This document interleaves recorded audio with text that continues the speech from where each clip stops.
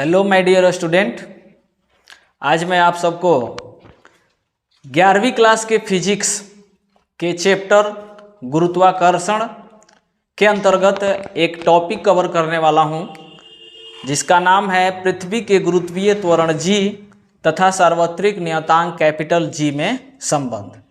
थोड़ा सा मैं एक बात की चर्चा कर लूं कि गुरुत्वाकर्षण बल होता क्या है। तो गुरुत्वाकर्षण बल क्या होता है कि दो पिंडों के बीच लगने वाला वैसा बल जो एक दूसरे को अपनी ओर आकर्षित करते हैं।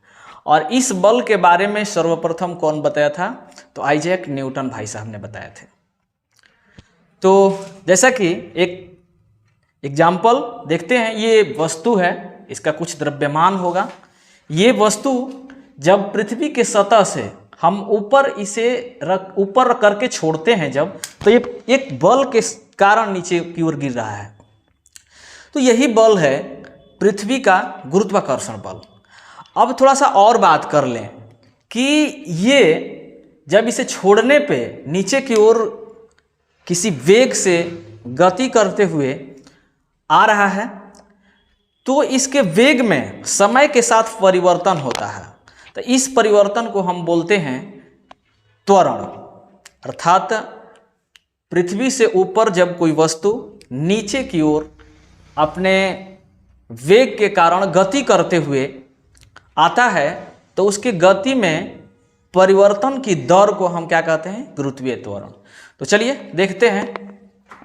अब उसी गुरुत्वीय त्वरण तथा सार्वत्रिक नियतांक कैपिटल जी में हम संबंध ज्ञात। गुरुत्वीय त्वरण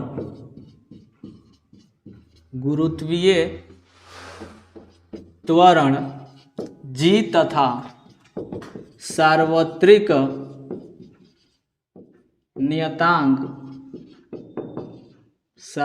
नियतांक जी में संबंध। ठीक। रिलेशन बिटवीन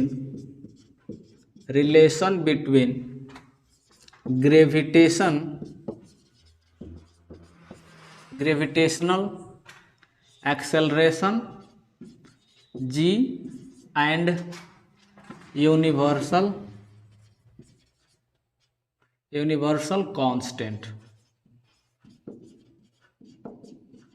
जी।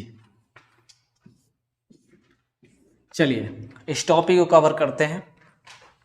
तो पर देखते हैं कि कोई वस्तु है यहाँ पे m द्रव्यमान का, कोई वस्तु है m द्रव्यमान का, और ये वस्तु इस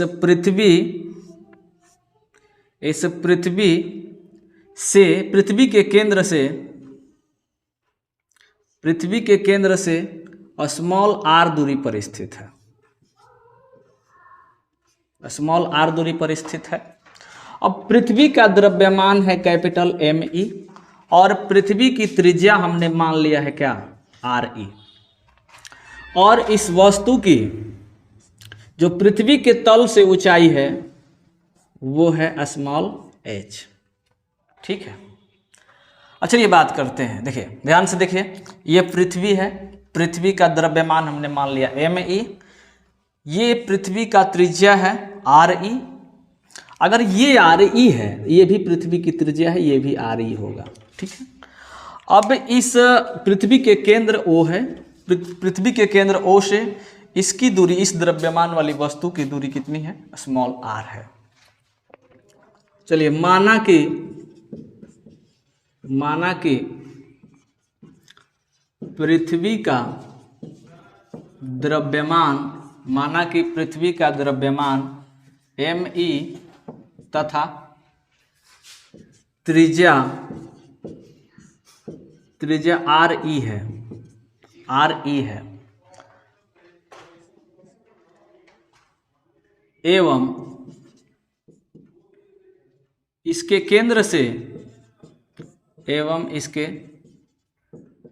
केंद्र से स्मॉल m द्रव्यमान का पिंड स्मॉल r दूरी पर स्थित है। अब गुरुत्वाकर्षण बल जब पढ़ रहे थे न्यूटन के गुरुत्वाकर्षण बल के अनुसार, तो न्यूटन ने बताया था कि किन्हीं दो वस्तुओं के बीच लगने वाला गुरुत्वाकर्षण बल इन दोनों के द्रव्यमानों के गुणनफल के समानुपाती तथा इनके बीच की दूरी के व्युत्क्रमानुपाती होता है। तो गुरुत्वाकर्षण